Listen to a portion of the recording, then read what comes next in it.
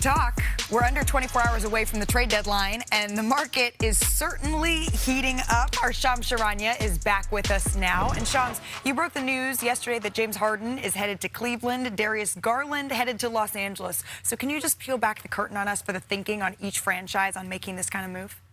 So, Malika, all of this was started with James Harden. He essentially had a mutual option for next season, and the way he's been playing in this recent Clippers surge, he held the Clippers' feet to the fire in a lot of ways to see, is there a commitment beyond this season? Is there a longer-term future for him? And nothing, to my understanding, was promised next season and beyond. And so James Harden made it clear that he wanted a win-now opportunity, somewhere where he could have a longer-term future. He viewed the Cleveland Cavaliers as having fit both of those criterias. And so both sides worked on finding a mutually beneficial path forward. I think there's a lot of respect built up over the last couple of years between the Clippers and James Harden. So that's where Darius Garland and the Cavaliers come in. Darius Garland, 26 years old. James Harden is 36. So to have a star-for-star trade with this type of age gap, the Clippers really believe that Darius Garland has the youth, has the upside that helps them now and be competitive now, but mostly for the long term. And it's obvious with every move the Cavs make, they're trying to compete for a championship around Donovan Mitchell. This week, they've gotten Keon Ellis, Dennis Schroeder. Now they round it out with James Harden. And thus, we have a little point guard swap. Shams, thank you. We'll let you get back to work. Kudos to our Ramona Shelburne, because I hear what we're reporting here, but also James Harden, Ramona got some time with him exclusively last night. And this is really interesting because, as Shams is saying, James Harden wants to win. But James was asked if he demanded a trade, and this is what he said. He said, quote, "That wasn't the case at all. In life, not even basketball, but when things don't work out, there are ways to end relationships without having to crack each other. And as much as I wanted to stay in LA and give it a go, I've never won one before. As a basketball mind, I think we," and he means Cleveland there, "have a better chance." So, Brian, decipher this for me. What does this acquisition mean to you? Well, from Harden's perspective, I do think that he does have a better chance in Cleveland. I agree with that. But this was money-driven, as Shams said. I know everybody wants to put their spin on it, and I respect that. Cleveland's situation, they have been looking at a 4 or 5 year window with this group of young players that they all signed to long contracts.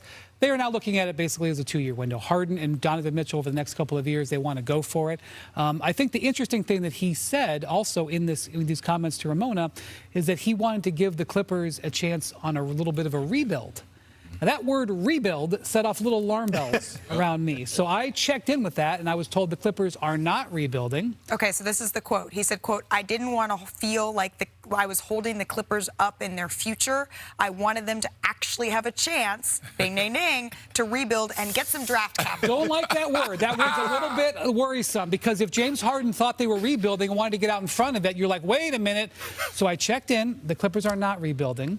But if you want to call them and offer them something that they think that can help them longer term, because they got the oldest team in the league, and you want to offer them a two-time All-Star like Darius Garland, I think that they will listen. The two players that we're talking about here, without saying the names, are Ivica Zubac, who's, excellent center, defensive center, and Kawhi Leonard. I don't think either of those players are going to move, but obviously the Clippers are making it clear with their actions here that they're going to take a call and listen, and if not now, maybe they visit that in the summer. Yeah, I think they benefit from it. I think that both the Clippers, we're not talking about it because everybody's so focused on James Harden and Spider Mitchell, right? But when you look at the Clippers on paper, I like Zubac and Darius Garland in the pick and roll. I like that tag man being Kawhi Leonard, and then you have to deal with an ISO with Kawhi Leonard over there. I think Zubac is one of the throwback bigs that we have in this league, and I think he's going to make it go. So I think that T. Lue sees a little something over there, and they can work it over there. He's going to be 26 years old coming in, like you were saying,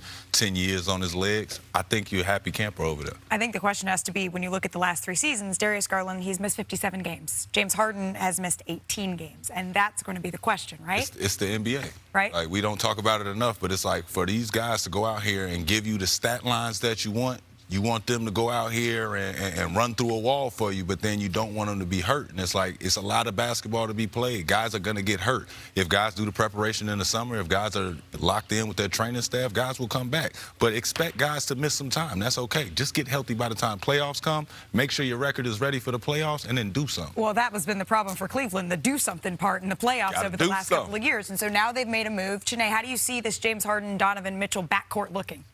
Yeah! We got a big trade. You know what that means? We got to go to the big board. Let's do it, y'all. I'm excited. Are you excited?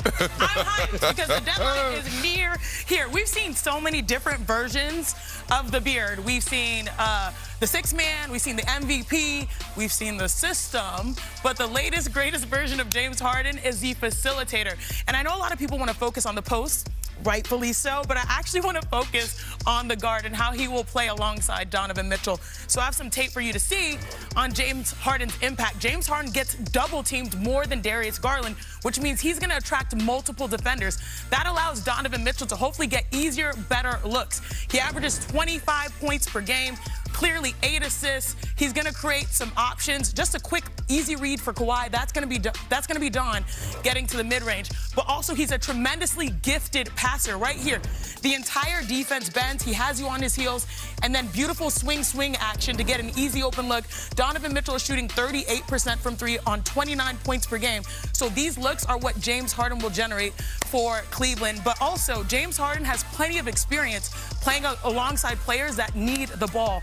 Because Donovan and Kawhi have quite similar usages, this is something that James is used to, and I feel like that's why he feels like it's a plug-and-play potentially for him going to Cleveland. Are we awake now? Are we hyped? We up now. Okay, good. We up. Well, I also feel like, I mean, when you look at James Harden and what he does, he's experienced next to the Zubac's of the world, the Clint Capellas of the world. When you look at the bigs that he's played with, and now, Shump, he's got Evan Mobley that he's playing with. He has Jared Allen that he's playing with. What does that unlock for Cleveland? I mean, again, my biggest problem with the whole thing is what are you going to do on the defensive end? I know what James is going to add offensively. I think that Evan Mobley becomes a lot more aggressive. Well, it's going to seem that way because he's going to get a lot more shots. I think that he's also going to be able to slash. We don't talk about the horns action that James likes to run, where he brings both bigs up, and you have to respect it. That opens the floor so much when you're playing against him. You never know which way he's going to go because he does that little dribble hesitation through the legs cross, and then he gets you in that foul trouble. So he does a lot of things that keeps the defense not able to be honest, and you have to play it however he wants it. I think that Donovan Mitchell just has to wait long enough to understand how to attack that. I just think availability matters in the NBA, and we've all said along Cleveland will be judged in May and June as far as where they are. And you know, since that Miami series last year, Darius Garland has been injured. He's tried to come back from that surgery here, and as you mentioned, the numbers between James Harden and Darius Garland, you get an established 36-year-old clutch player.